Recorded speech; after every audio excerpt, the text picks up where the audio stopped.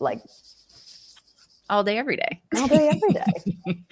All right. Well, we're excited for the combo today. We're going to be talking about how to tie content to revenue, which is something that I think every marketer in the world is probably facing right now as we finalize 2025 budgets.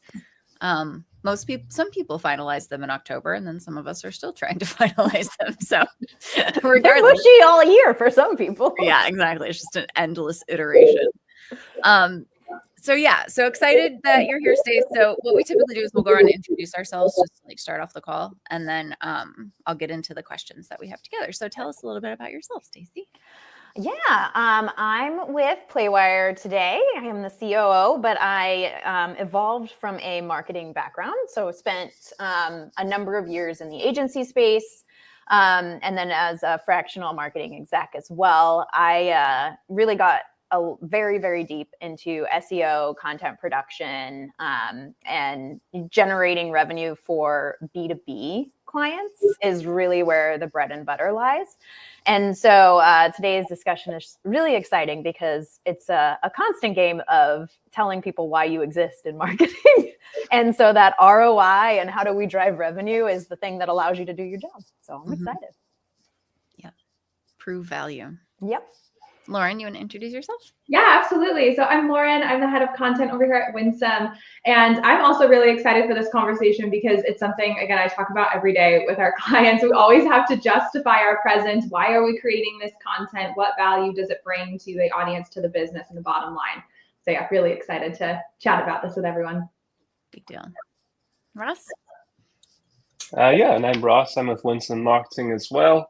And like Stacy and Lauren, have a background in content, particularly in the B2B space, and think this is a really interesting conversation to have, particularly at this time of year when I think people are both looking back on this year and saying, okay, how did all the content we produced perform? Mm-hmm. And then thinking about what their plans look like for 2025. So excited to be having this conversation here today.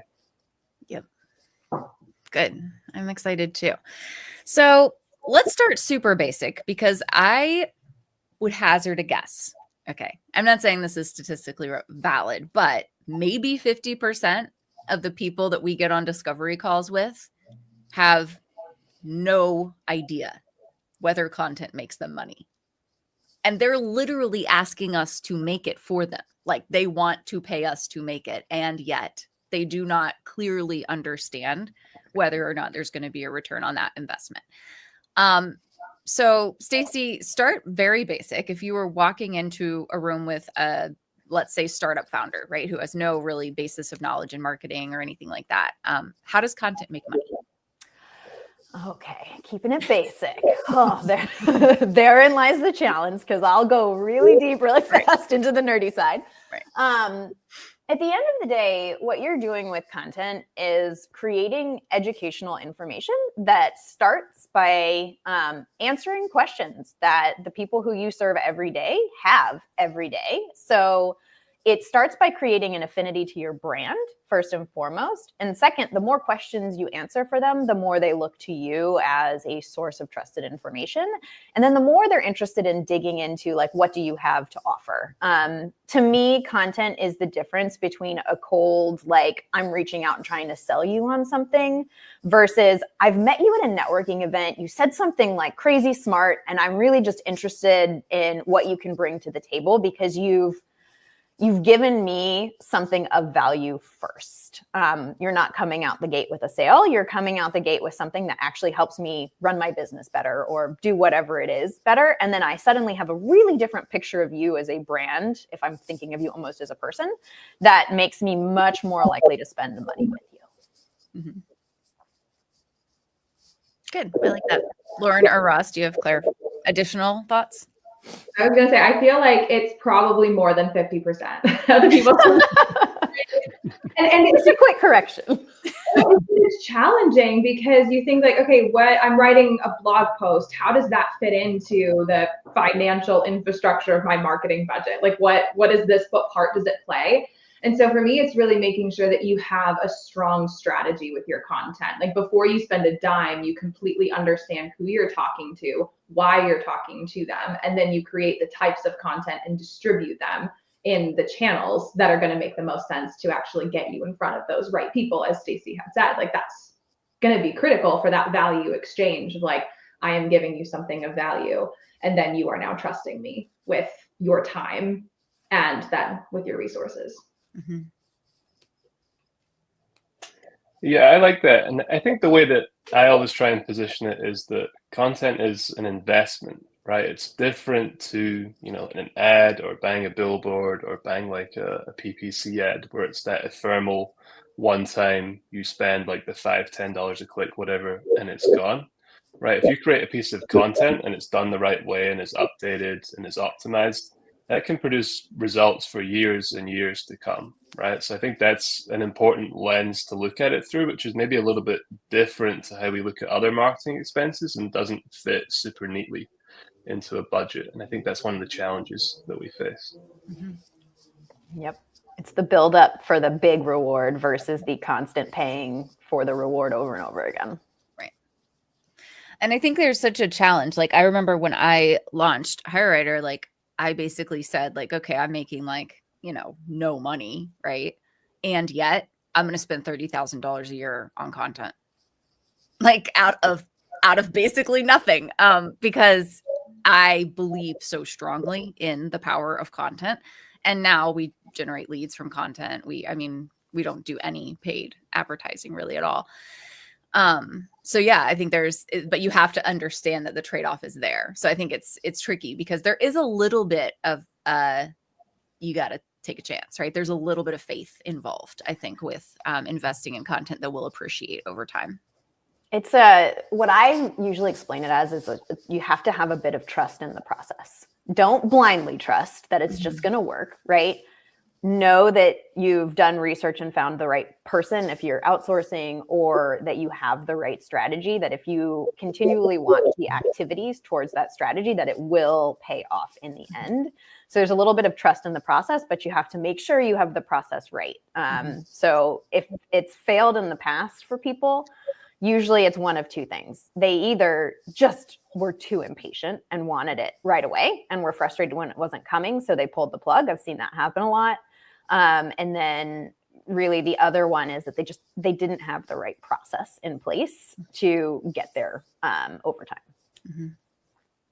Yeah, I think that's such a really good point, especially with like what it means to do content or to do SEO content, if we just say organically. Yep. If we have a brand who maybe is only posting, I'm just going to go with one new blog a week in a highly competitive space.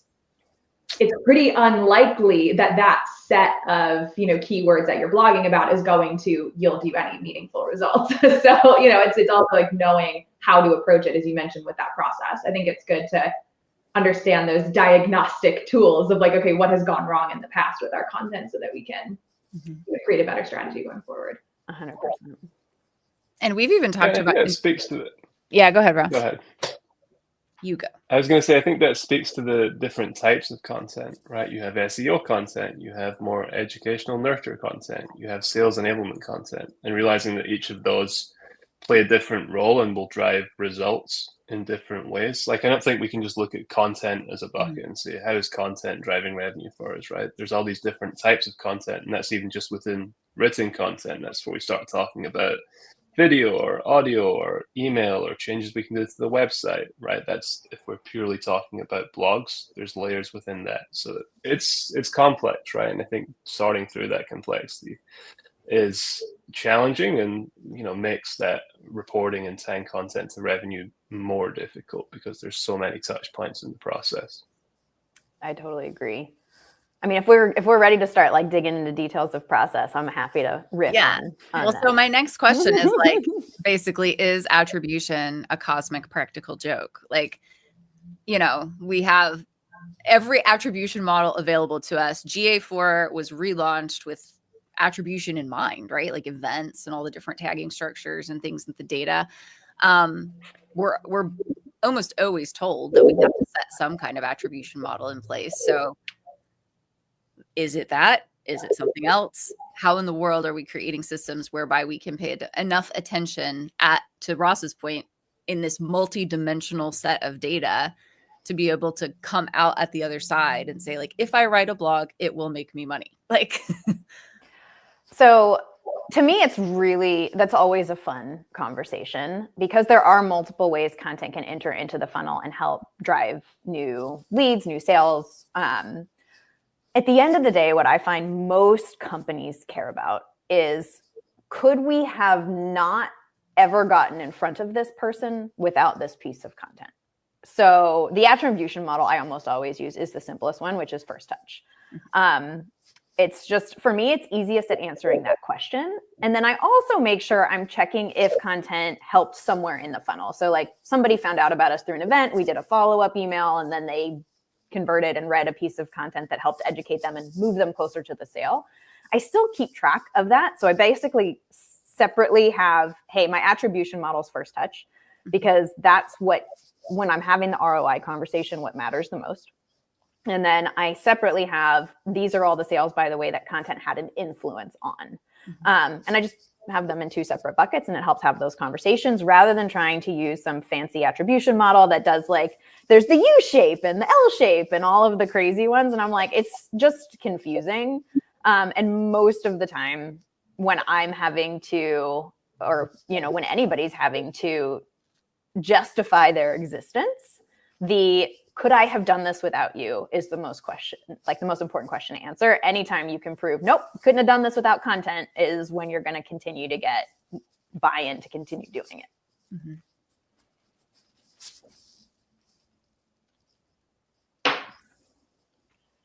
Yeah, I almost think perception is the biggest thing, maybe more so than reality, in having really complex attribution models. Like for some of the clients I work with, a correlation between producing content and seeing revenue from digital going up is enough, right? That keeps people happy and helps them see the ROI.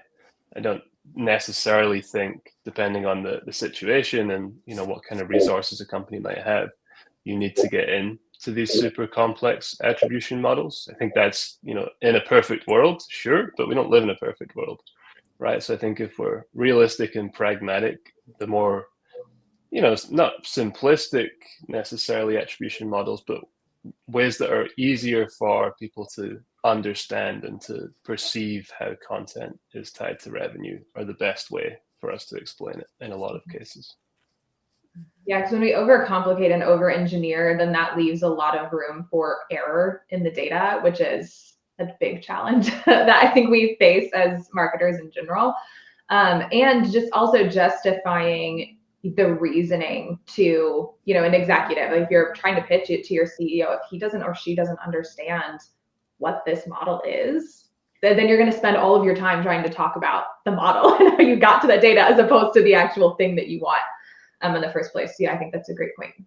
Mm-hmm. Yeah. Part of me thinks we have evolved these attribution models as a way to like make ourselves look more important, which is always fun. I have one of my favorite quotes. I worked with a data engineer, head of data at a company I've worked with. And my favorite statement from him, I was working with him on a project of like data visualization. He goes, "What do you want the data to say, Stacy?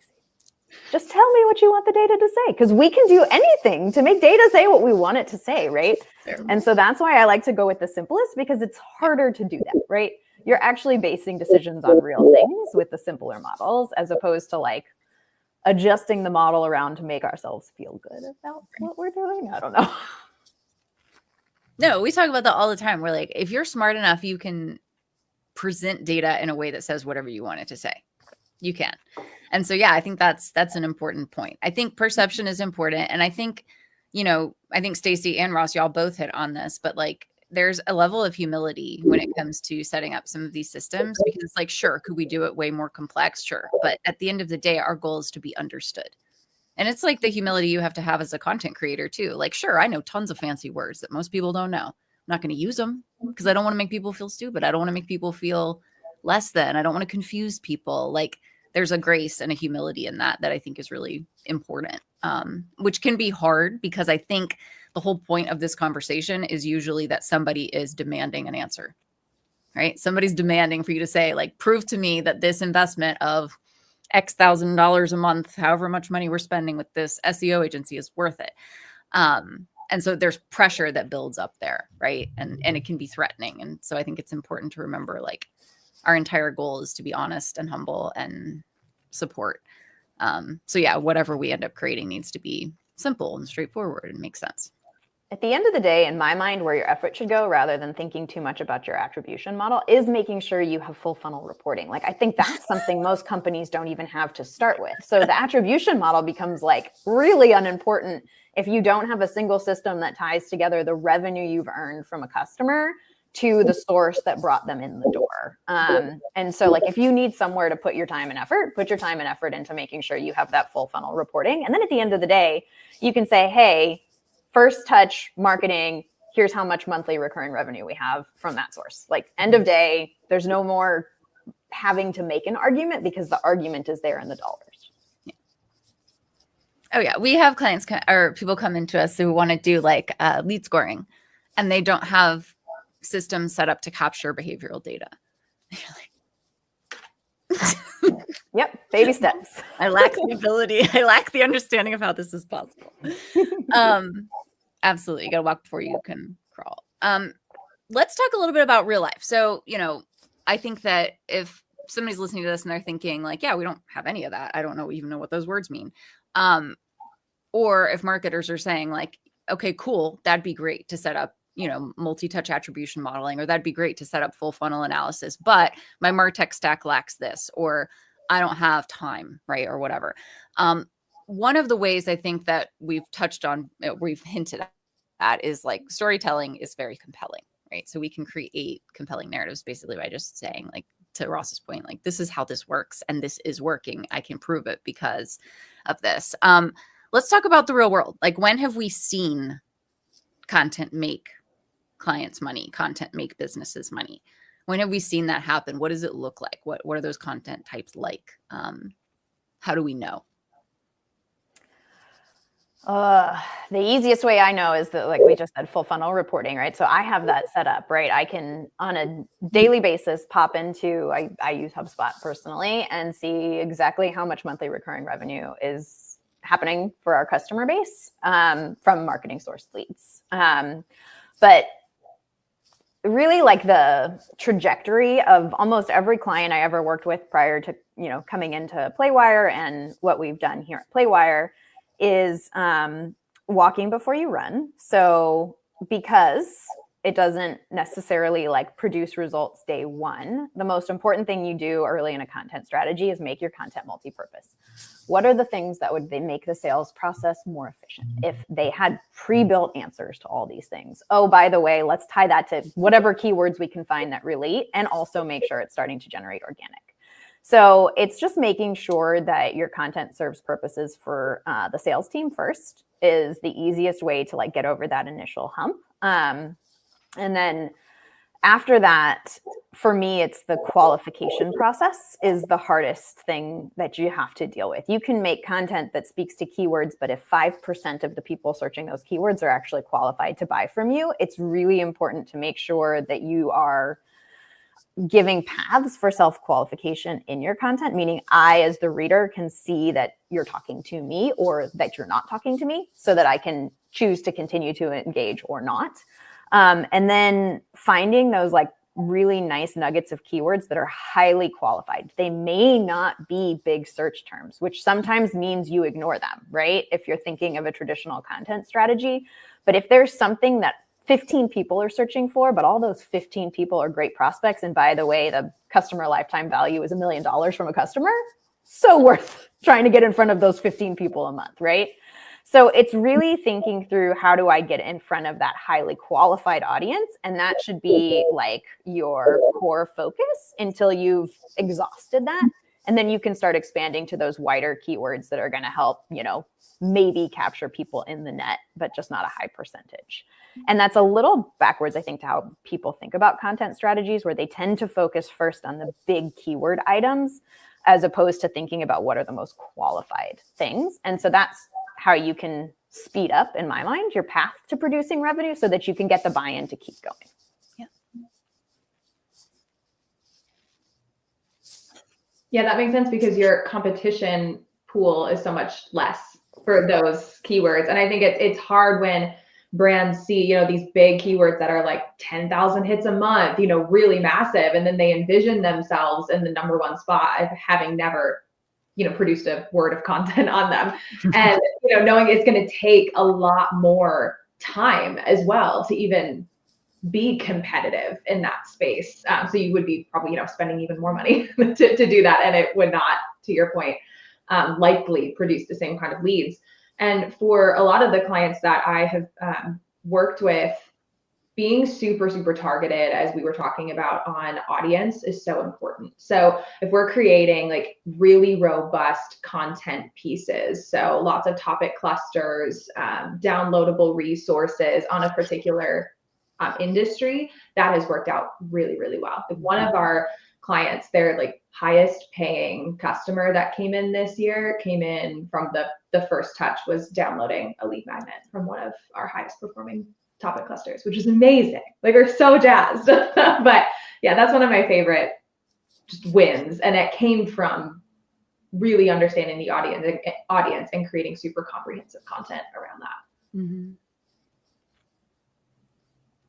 Yeah, I think that point is key, and having the context and using that context to set expectations early in the process, I think, is another thing that's really important for us to do as content marketers, right?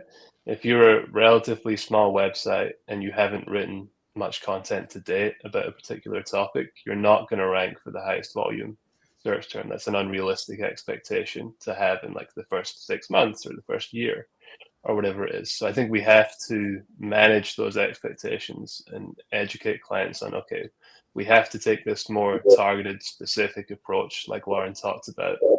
There is a lot of merit and a lot of value in that. And eventually, over time, we can continue to work our way up this ladder and go after those bigger, higher traffic generating, more competitive key phrases. But it's an evolution, right? It's not something that we can just turn the switch on the way we could for like a paid ads campaign. It's more of a journey to get to where you want to be, but along the way, there's various points that you can be successful. Mm-hmm.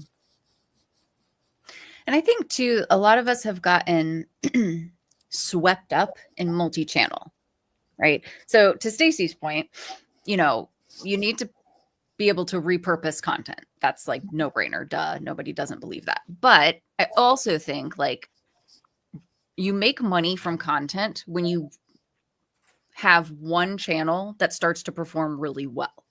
So it's almost like virality, right? As a concept, going into and doing something that is so good, so recognizable, that wins you that aforementioned brand affinity that Stacy was talking about, that wins you the trust that Lauren was talking about. Like, when you go into a channel and are very successful there. And so I think it's a little tricky, because I often say to people like, okay, a good content strategy is like playing 7 games of chess at a time. And you can only make one move per board per week or whatever, right? Like, nobody isn't resource constrained, whether that resource be time or money.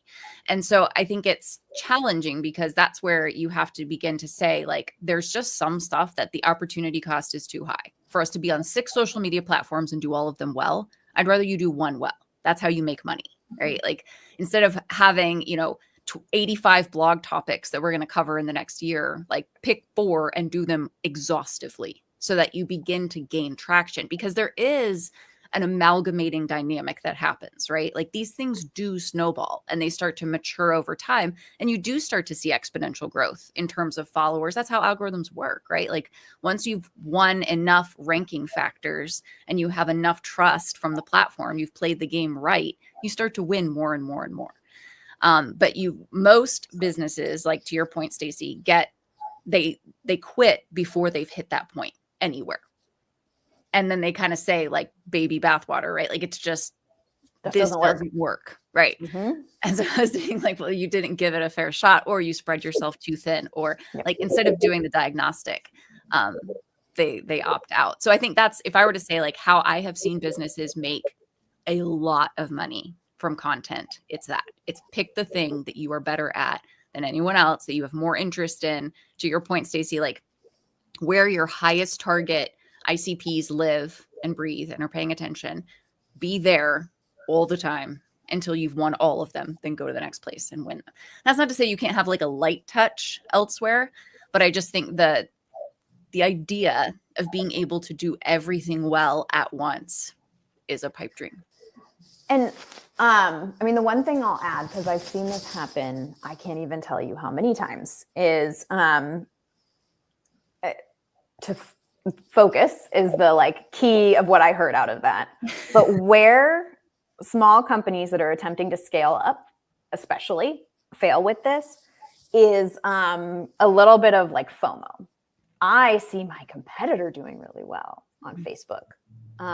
But remember, they might not target the same customer as you. So sometimes it comes like all the way back to the customer you're targeting. People may not even be focused enough with that. Like, oh, I want to be everything to everyone.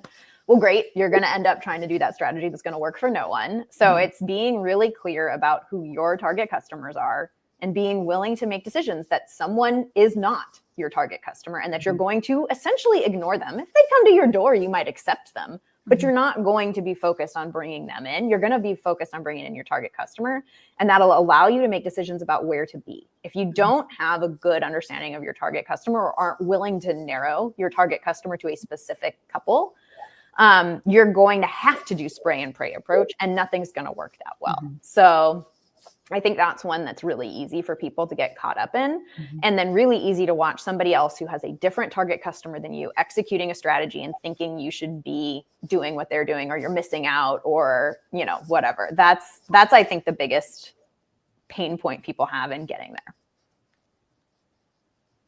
Yeah, and I think like super related to FOMO is the what if questions. I get those all the time. They're like, but what if I did get a lead from X? Like, But you didn't, so you haven't. And you know, you're posting one time a day and your customers historically do not hang out on X. So this is like wasting your resources if I do that. You know, but and I think a lot of people too love that instant gratification that does come with paid as well. I think there's such a beautiful time and place for paid, but paid content and organic content are very different. And they need to have different strategies that both complement each other and different expectations from both. So I wanted to make sure that we brought that up as well. so true. I heard a quote on a podcast that I was listening to. I'm like really into the Trevor Noah podcast. I can't remember what it's called, but it's so good. And he has like these real like deep conversations with people. Anyway, whoever he had on, it wasn't Malcolm Gladwell, it was the last guy. He said, there's no such thing as solutions. There's only trade-offs. That's so true. I think that applies here. I mean, I think that's the other thing you can do. You can go into anything looking and find something you can do better, but it's the should I? Should I? Like, is it going to produce results for me to go take my effort off of something that is producing results to go over here to improve that thing that you think could be done better? And that's where I think we struggle, especially today in the age of AI, where everything's like so instant and easy, is that we should just be everywhere and be able to do everything. And then you just kind of end up with vanilla everything. Yeah. And yeah, I know it's the best selling flavor of ice cream, but it's still boring. It's fake easy too. So let's talk a little bit about that, right? If we're talking about vanilla, we're talking about mediocrity, which, I mean, the curse of mediocrity, my gosh, we could have a whole conversation about that. But what separates content that makes money from content that doesn't make money? Two things in my mind. Number one is how educational and useful it is. It should be serving a purpose for the user before you as the business. Like, give before you take. As long as you approach content with that mentality, I think it works. And this one's going to be not liked. But number two is taking a position.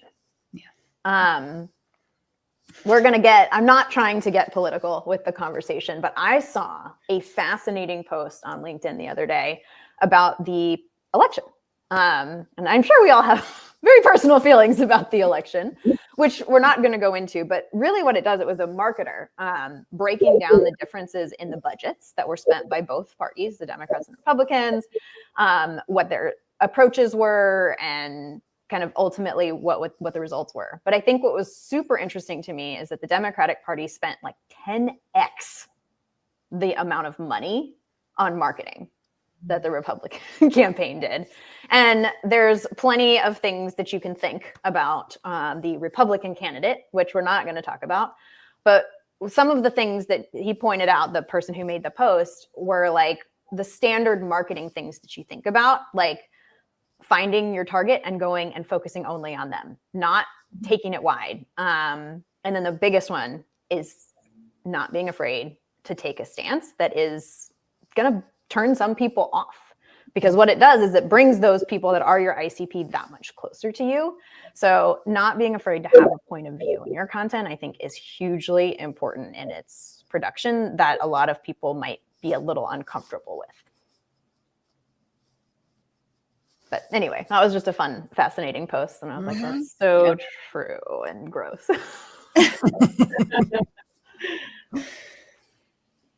Yeah, I think it's hard to get people to have a point of view, to your point, because a lot of businesses do want to be everything to everyone. They say that there's a target audience, but when you break it down, there's really not. They just have like kind of a few sets of demographics, maybe a couple of psychographics to go on, but probably not. And so then as soon as you start having that point of view, then they're like, wait, there's a potential customer that's gone. What do you mean? There's that revenue that's gone, without thinking about the fact that you actually probably are opening the door for more. So I think what would be interesting for us to think about is, how do we convince people that taking a stand is not just worth it, but imperative, now that we're getting into the age of AI and vanilla content, and essentially people just regurgitating the same kind of ideas over and over again. Mm-hmm. So I don't know what you guys think about that. Totally. Yeah, it's interesting. I think people are, they have some loss aversion, right, when it comes to the messaging that they want to put out into the world, right? It has to be safe. It has to be on brand. It can't be anything too controversial. There can't be like a strong other that you position yourself against, because that's, it's just not the done thing, really.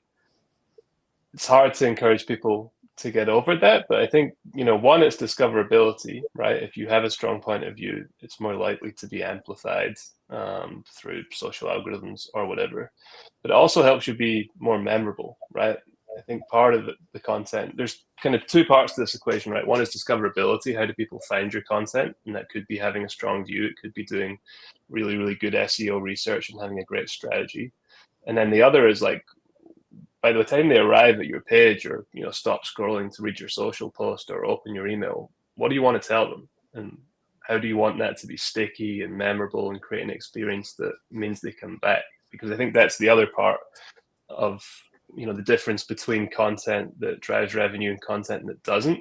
Is it like a one-time hit where someone comes and gets an answer and then just leaves your site and never returns?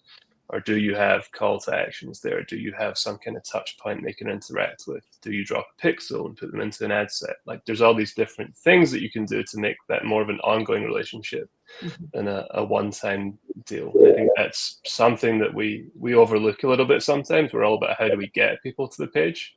We can't lose track of what we do with them once they're on the page and what that experience looks like. Mm-hmm.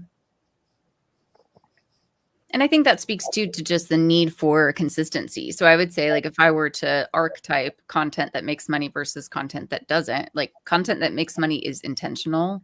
It's successive, like Ross said, like it kind of is like those little stepping stones across the pond, right?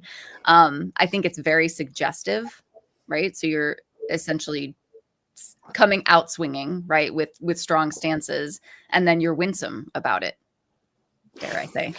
But I actually didn't start that sentence meaning to say that word. It just happened so naturally. It just happened.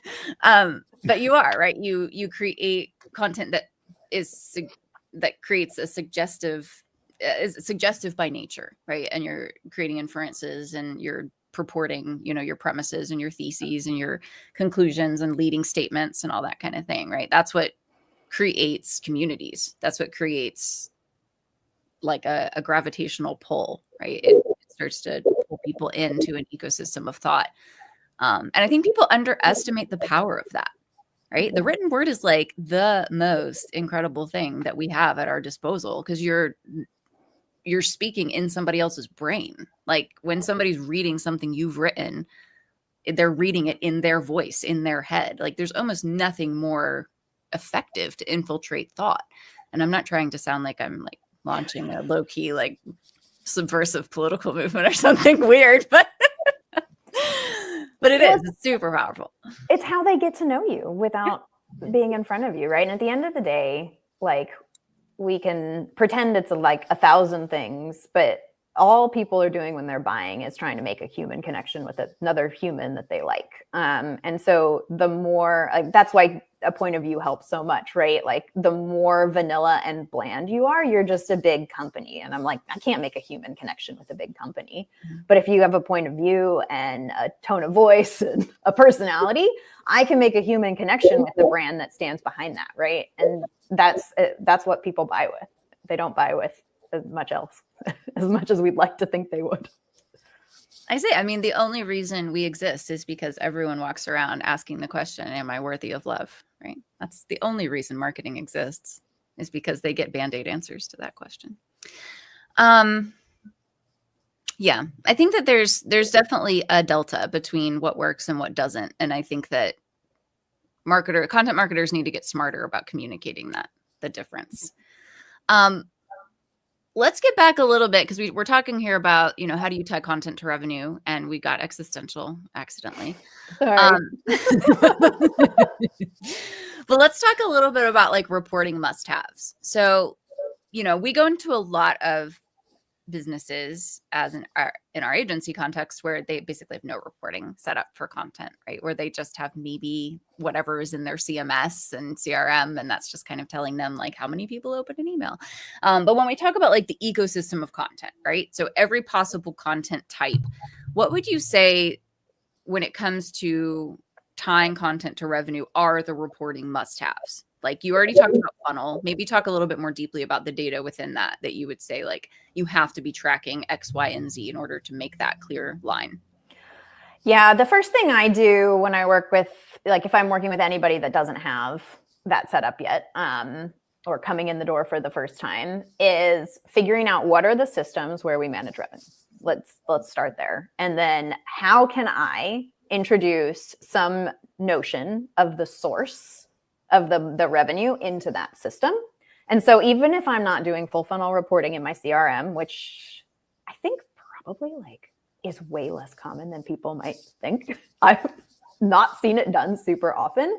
And frankly, where I am now, we had to do a lot of work with the product that we sell to tie it to our CRM to send the information back, right? So it's not an easy prospect, usually, having revenue in your CRM. Often, at best, it's estimated revenue, which is still fine to work with as a starting point. But I like to understand the actual like day-to-day, what is the revenue? So whatever system it is that manages your revenue, if you have an ERP or whatever else, figure out if you can get a lead source tied in to that revenue somehow. It's going to be a project. It's not going to be easy. But then regularly, like I do this once a month. I live in a spreadsheet. Oh my God, blasphemy. I go pull from whichever source I need to understand the revenue that was produced by those marketing sources. And so it's like, it doesn't have to be more complicated than that. It doesn't have to take a lot of time. But if you're not able to go to the system that produces revenue and understand the source that it came from, that's, to me, step number one. Mm-hmm.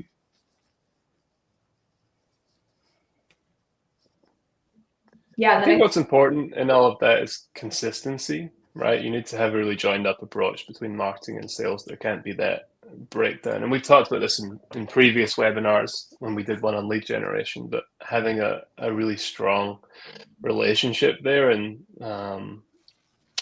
tracking things all the way through from, okay, here's a marketing qualified lead, I pass it to the sales team. What do you do with it? What does that revenue look like? Are you reporting back to me, etc.?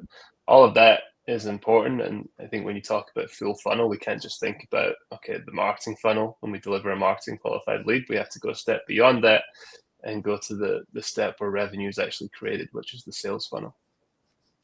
Mm-hmm. Yeah, absolutely. And then when we think about, okay, so we know, let's say that content is producing a certain amount in monthly revenue, which is great. It's like, okay, how do we reverse engineer like what made that piece of content so successful. I feel like we have to have a timeline almost of data points. So like the exposure data points of how much traffic is this getting me, what reach, what impressions, like what am I seeing from that particular piece of content. Then you have like those engagement metrics of who's downloading my thing, my form fills, my clicks, like all of that stuff. And then you have our conversion metrics of then like who is then now going further down the funnel, because then I can identify which part of that maybe broke down that I could do and optimize for other pieces of content, or wow, this particular formula was so successful. This is amazing. I'm going to do this exact same thing on a different campaign. So I think that breaking those metrics down too is also really helpful. Yep. I think a great leading indicator that I often use is deals that end up in the sales funnel, and tying those are usually really easy to tie back because that's usually the same system. So if you need like a quick one, it's just understanding which of your different methods are producing the most deals in your sales funnel and which like the total number closed, right? At the end of the day, if I close 500 $2 deals versus 3 $7,000 deals from two different sources, I'm going to care about the 3 $7,000 deals more, which is why you do eventually want to get to revenue tying to it. But at the end of the day, like if you're coming back to stories, it's good to have all those data points. But when you get big customers in, just go follow their trail and figure out what they came in on and what they engaged with. And then you have a great story of like, here's this customer we never in a million years thought of would have read content about this, but they came in on this piece of content because they actually didn't understand it. Maybe we thought that they like it was too low 101 style material for them.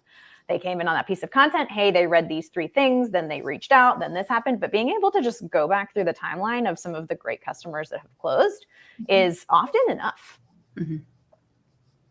Yeah, and I think that's one of the great uses of AI with data handling to me is being able to extract some of those narratives, right? So if you, let's say you're doing your 2024 reflective, right? You're looking back and saying, okay, here's the 10 top deals we covered that were first touch attribution tied to content, high revenue, blah, blah, blah, right? It meets all these like criteria. Then you can pull the data from that, extract it, and like ask ChatGPT, like, what are the commonalities of these? What are the departure points? What do you notice that's different? Like let AI help you interrogate the data a little bit. And then I think like there's a higher tech way of going about it that you like handle more of the information and get those stories out. And then there's like this very analog way of doing it, which I think very few marketers, especially marketing leaders, do enough, which is like, just do it yourself. Like, just go try to find something and figure out like, okay, if I were like role play with yourself, right? Like, okay, I'm this person. I'm going to go to the website today in incognito mode and I'm going to try to find information about something, right? Like, just start to like go through the process yourself, because I think then you start to understand where there's friction and where there's opportunity and where you don't see a conversion, path or things like that. Just like being a human being and like thinking like a human instead of thinking like a marketer can sometimes be a really helpful way to start tying some of those connections or identifying opportunities. 100%. Yep. Okay, so reporting must-haves. I liked the 3 categories you went through, Lauren. I think that's good. What about reporting formats? We're struggling with this right now. We're deck people, and we're deck people who like our decks, right? Because most agencies do. And I like standardization. I like all these things, but like starting to realize like, okay, let's say SEO, for instance, like month over month data is so much more important. Quarterly over quarterly data, like, is so much more important than maybe some of the data points on website performance by month. Like, right? Data is really about trends. Are we trending in the right direction? Things like that. But like, so there are endless options for data visualization, data reporting. I'm starting to feel like simpler is better because we're oversharing and it's confusing people. I mean, I think it depends on who your audience is. And there's not going to be one answer. There's not going to be, here's how you should report. It's, if my CEO who doesn't know anything about marketing is asking me a question, I'm going to show him something really different than the content manager I have working for me that I want to teach how to look for opportunities for optimizing old blogs. Like, they're going to have 2 entirely different reporting needs. And so as much as the answer sucks, it's that there isn't one way to report.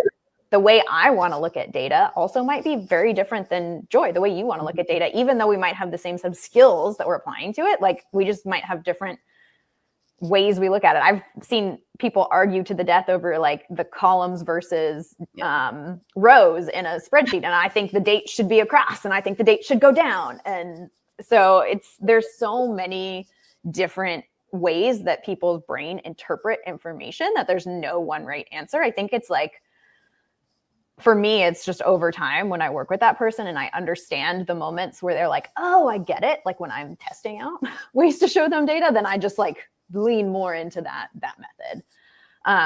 But for me personally, like I really like to see trend lines over time because that's when I can spot if something went wrong, right? If I don't have a visualization of a time trend line, I don't know when the thing broke, if something broke, or when the thing took off, if suddenly I'm having great like revenue or whatever it might be. So I think trend line reporting is super important. And then the tools that I'm going to use in my day-to-day are going to be really different than how I just overall report on the value of content. Yeah. I agree with that. What do you think, Lauren?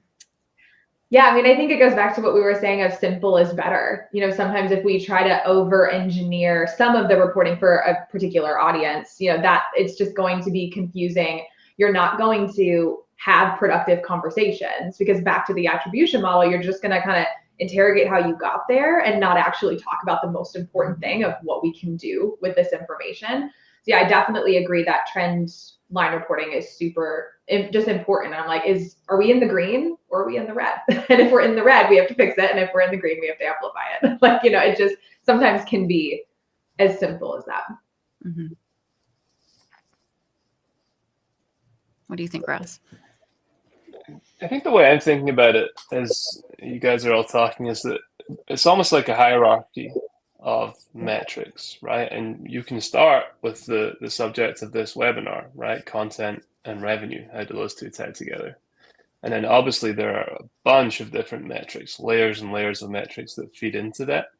And each layer is potentially going to be more relevant to a different audience, right? So if it's the CEO, they just want to know, okay, we're spending all this money on content. Is it driving revenue? And you can tell them, yes, here's the amount of revenue we drove. And you can show them that number and that relationship pretty directly. But someone who's like a CMO or a VP of marketing, they might have more detailed questions and might need a second layer of metrics. And then on a day-to-day basis, there might be the metrics that we use or that a content manager uses. So I think if we can think about it in terms of these layers and how they kind of cascade into each other, that's probably a good way to tie our metrics back to the audience for those metrics. Mm-hmm. And those layers, in my mind, directly relate to how far away you are from the sale. Mm-hmm. So like the closer you are to the sale, the more we're just like talking to the higher level people.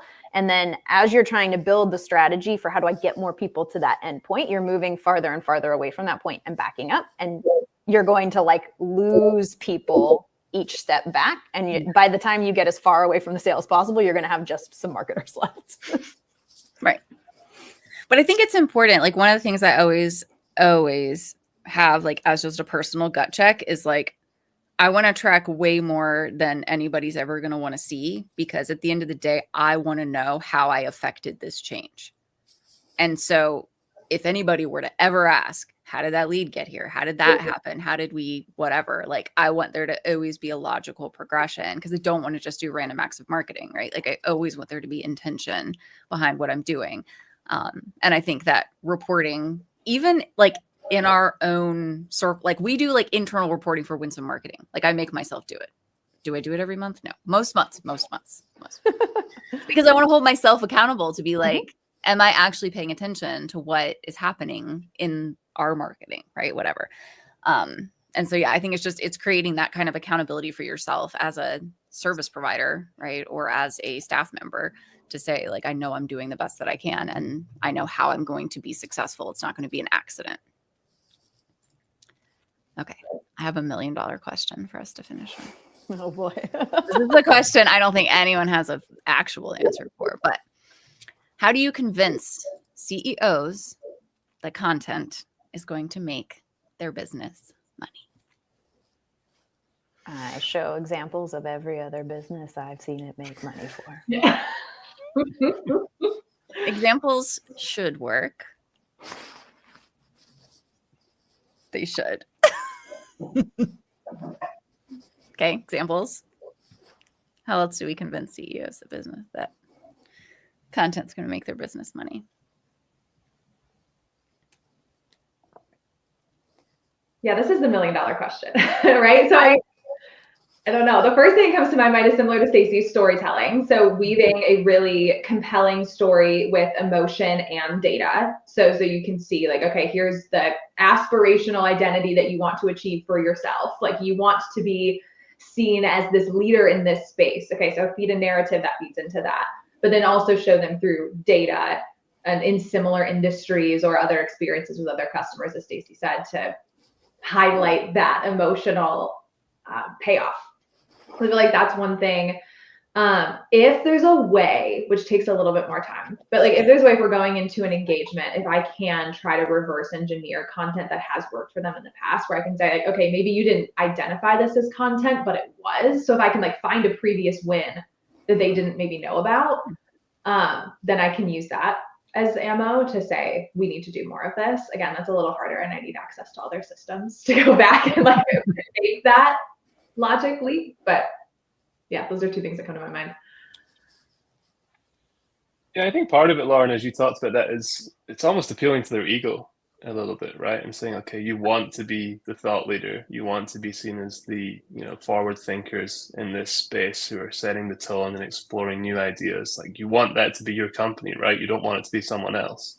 So I think that's one way that you can approach it. And I think another way is just setting a little bit of context and anchoring them on how people are finding their business and businesses like them today, because they might not necessarily realize that, right? A CEO might have come up in the company, they might have worked their way up through the sales team, shaking hands, getting deals done at the country club, all this kind of stuff. And they don't realize that, we're heading into 2025. People do business differently now. So I think you almost have to have a little bit of a reset and say, the things that we did 2, 5, 10 years ago aren't going to work today. Here's why.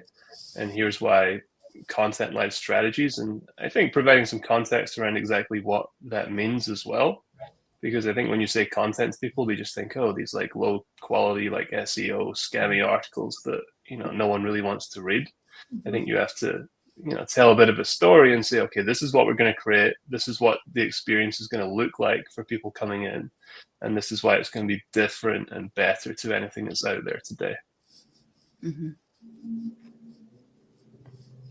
At the end of the day, it's just like the data question to me, because it's not an easy answer. No answer ever really is, because every CEO comes from a different background. Mm-hmm. So it's just understanding like, why do they think it won't work? Just start there, and ask the questions and get where their objections are coming from. And then you'll find out the way to convince them that it can work. Like, because you're just going to overcome objections. It's just like being a salesperson at the end of the day. But, a CEO who came up as in a technical background. So they have maybe like a tech startup and they were more of like a CTO that evolved into a CEO is going to be somebody to have a really different conversation with than like the sales, the one that came up through sales, Ross, that you were talking about. They're going to have entirely different objections and entirely different questions about how it could work. And they're probably going to care a lot differently about what the content produced looks like. Mm-hmm. A salesperson might care a lot more about, is it demonstrating thought leadership, versus a technical person is like, is it going to be technically correct? Mm-hmm. So it's really going to be case by case basis. As much as it would be really great to have a single answer, it's totally going to depend on the CEO on the other side of that conversation. Anytime we talk about marketing, I don't feel like this job is possible. I love this job. What are you talking about? This is the most fun I could have ever. Like doing this series of webinars, I'm like, how does anybody do this? Like, this feels Herculean. I love it too. But yeah, I think it's, I tend to, it's like the more it almost becomes like paralyzing, because you're like, I could answer that question 127,000 ways. Like, which way do you want? So yeah, I think I like the moment in this conversation that we've had today where we're just talking about simplicity, right? So if we're talking about how to tie content to revenue, find out how sources are being categorized, find out how you can tie those categorization of revenue sources to activities within the marketing department or function, and then you've got a beginning, right? You've got a place to start. And I like to, I think we've reinforced it a couple of times, the idea of humanizing the process, right? Remembering that these are just people who took a journey, be it digital or otherwise, and then landed in deal and then landed in close or whatever. And people are knowable, which is helpful. So I think we can know how people behave and then create content that supports certain behaviors. It's a little stressful. I don't know why. It is. I feel like we make it overcomplicated though. Like at the end of the day, like you said, it's very much like coming back to basics and how can I, as a human, answer another question for a human? Like, yep. And that when we're talking about reporting, like how can I answer for the CEO what revenue marketing is producing? How can I, as a writer, answer a question for a prospect that makes them more interested in engaging with my brand? It's like, that's all it is at the end of the day. It's just a lot of people answering other people's questions, and how can I do that best for them? And I think, there's a false equivocation happening in our field right now, partly because of AI, where it's like more equals better. Mm-hmm. And I think maybe we just say better equals better. Like the quality standards can't go lower because we have more, the ability to do more, right? So there's a perception that then it's going to get better because we can do more. That's not always the case. Yeah. I mean, I think the interesting thing about like AI content overall is that it's only as good as the person prompting it. So if I don't understand the brand or the message that I'm trying to get across, I'm not going to get anything useful out of an AI like written piece of content. Mm-hmm. So it still takes the human who gets it and understands it, just like when they were the one writing it. It's just maybe slightly faster. And go ahead, Lauren. Or you won't know if the information that it has given you is correct or good or high quality at all, because I'd be like, oh yeah, that sounds right. I don't know. I'm not an expert in that. And I think it's just like taking that critical approach that writers always have to have. It's just like interrogating, does this make sense? What holes can I poke in what AI has given me? What follow-up questions can I ask it? Like, how can I just make this piece better? And so I think for me, it's just always coming at an AI article in that way. And then you're going to at least set yourself up to get a much better result. Yep. All right. This is great, guys. I think that, we have to send you, Stacy, when we had our annual planning last week, Shannon did a presentation on AI model drift and AI model collapse. It was Ooh, that sounds fun. Yeah, awesome. I need to put it up on YouTube or something. It was like mind-blowing. I thought she did such a good job. Okay. Yeah, no, I'm excited. So yeah, I think all of us have opportunities, right, to improve how we communicate. I think simplifying things is good. Always being humble, always being gracious. Any final thoughts on how to tie content to revenue? We kind of stuck to the topic. Yeah. I mean, I would say in all cases, like being brutally honest with yourself as much as with others, right? You should, if you're trying to convince the CEO that content will work for them, but like you take a look at their business and you're like, actually content probably ain't going to work for you. Like that's the answer. Mm-hmm. So, and with reporting, with everything else, if you've been doing content for 2 years and you have no revenue to show for it, like it's not producing revenue and you need to either figure out what you're doing wrong or decide if it's the right strategy for you. Now, like, don't do it. Don't pull that plug too soon. But I think just a dose of honesty, both with ourselves and with others, is the most important thing to take away. Mm-hmm. Agreed. Lauren, Ross, anything we didn't cover? My last thing would just be the quality of the data, just making sure that you have high quality data that you're working with in the first place and that you're not guesstimating too much, because that leaves a ton of room for error. And as Stacy said, kind of that lack of honesty. You get like morally ambiguous if you don't have correct data. Morally ambiguous data. What do you want the data to say? This feels like morally ambiguous data. I put up that picture. I saw like it was a sweater. I told you this, right? Like that wasn't very data driven of you. Oh yeah. It was, like literally crocheted. I love the idea of like making something high quality that's totally asinine. It's fantastic. Ross, any final thoughts? I think the final thing for me is just to remember that we're in a business of selling results. And in most instances, the results are increased revenue, increased lead generation. While we are in the business of selling content, what we really want to do is sell results. And that's something that we shouldn't lose sight of. Yeah, exactly. Agreed. Thanks, guys.